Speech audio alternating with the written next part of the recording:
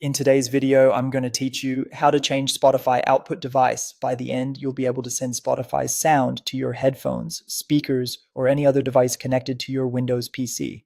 Start by opening the Spotify app on your computer and pressing play on any song. Let it run for a few seconds. This matters because Windows only lists apps that are actively playing audio, so giving Spotify a moment ensures it shows up where we need it. Next, head to your sound settings. Move to the bottom right corner of your screen and right-click the speaker icon in your taskbar. Choose Open Sound Settings.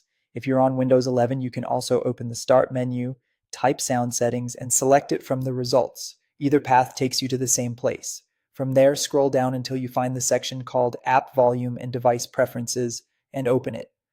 On some versions of Windows 11, this area may appear as the volume mixer within the sound settings page. Don't worry, both give you per app audio controls, which is exactly what we need. You should now see a list of apps that are currently producing sound.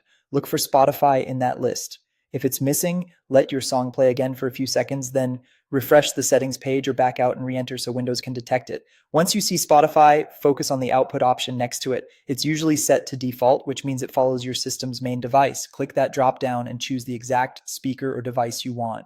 Wired headphones, external speakers, a monitor with audio, or a Bluetooth device. You only need to change the output. Leave the input alone. Input refers to microphones and recording devices, which Spotify doesn't use for playback. Now test it. Return to Spotify and play your track again.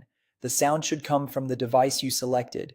If it doesn't, double check that the device is powered on, properly connected, and recognized by Windows. For Bluetooth, make sure it's paired and connected before switching the output. Also confirm that neither the system volume nor Spotify's in-app volume is muted or too low. A quick note, Windows usually remembers this choice, so Spotify will keep using that device until you switch it back to default or pick another one.